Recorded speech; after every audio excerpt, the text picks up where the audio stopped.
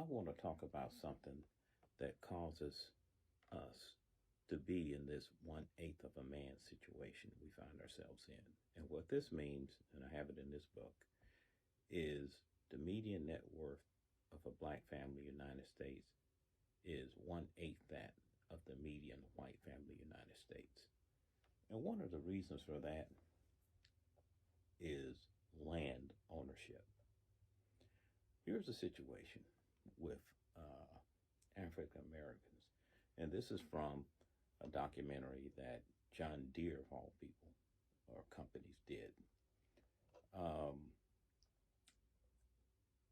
Black Americans lost $326 billion worth of land between the beginning of the 20th century till now.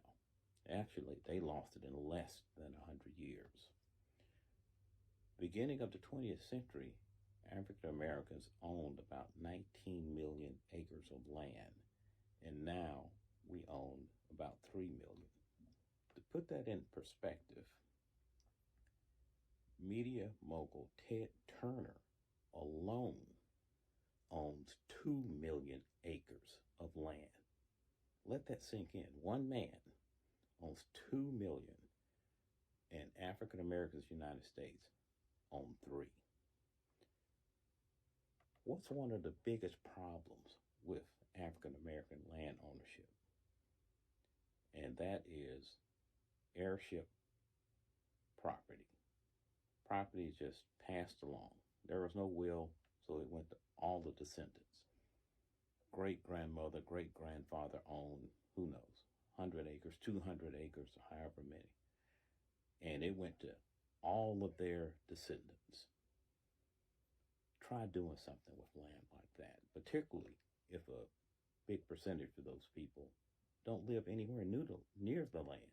The land may be in some rural area, and a lot of these folks live in a city. They're not going to do anything with that. They're not moving back. But what happens to someone that does want to do something with the land that's one of the heirs? It's not a clear title. Clear title means you have the right to do what you want with that land. You can take it to a bank and say, I want to use this land. I want to farm it or whatever. I need to get some equipment. Non-clear title, that's a different story. Or I want to build a house on it. You can't pledge the land as as an asset to secure the loan for the house, because you don't own it. You own part of it, but it's not a clear title. You can't even sell it the way you would want to get the value out of it. There's 50, 60 people in it, and maybe more. You do a title search, and all these folks pop up. Not just the one you know about, but some you never knew existed may pop up. Children you didn't know existed. Children outside of a marriage you didn't know existed. The land becomes unmanageable.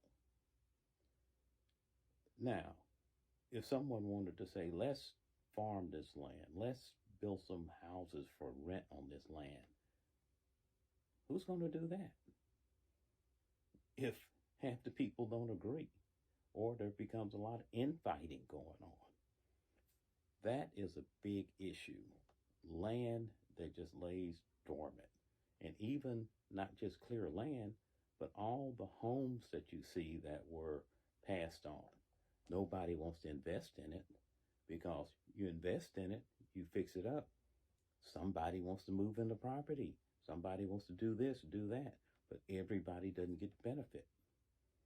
So we have to change the way this works, because I know if I want to buy some land, I've had this issue. I want clear title. I don't want to have somebody popping up on from left field. And I've had to bypass buying land because of that very issue. Title's not clear. Everybody doesn't agree. I look for the single heir, the single owner type property. Only child, parents died, you got the land, you're not doing, hey, you going to do anything with this? And oftentimes they say, no, Okay, let's work something out. Come to a price, got a clear title, you move on. But figuring out how to leverage this 3 million acres of land owned by African Americans is one of the keys to changing this situation.